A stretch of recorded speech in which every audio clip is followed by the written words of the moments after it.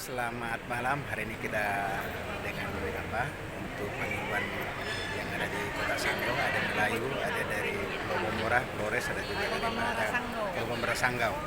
Dan hari ini kita akan mengikuti acara pelantikan penghimbauan DPD dan DPJ Gerakan Ekonomi dan Budaya Minangkabau yang sekarang dipusatkan pelantikannya di Kota Sanggau. Nanti kita ikuti semua perjalanan bagaimana proses pelantikannya, dan kami hadir di sini untuk mendukung supaya proses pelantikan ini berlangsung dengan baik. Nanti jangan lupa nonton di Sumando Money Channel, berikan komentar dan berikan like. Kami terus siap memberikan konten-konten yang menarik untuk bisa Anda pelajari bagaimana kerjasama yang ada di Kota Sanggau ini begitu luar biasa. Oke, sukses. Budaya mohon.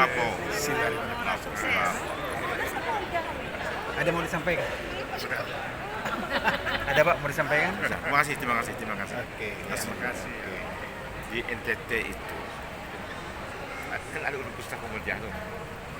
Itu siswa yang cuma untuk orang dan itu semua Kristen Katolik semua. Tapi hidupnya harmonis. Iya, Muhammadiyah yang buatnya sekolah, bahkan buat gereja di samping kampusnya itu. Ada aku baru sekarang di Kristen Muhammadiyah, orang kira Muhammadiyah. Muhammadiyah pada begini,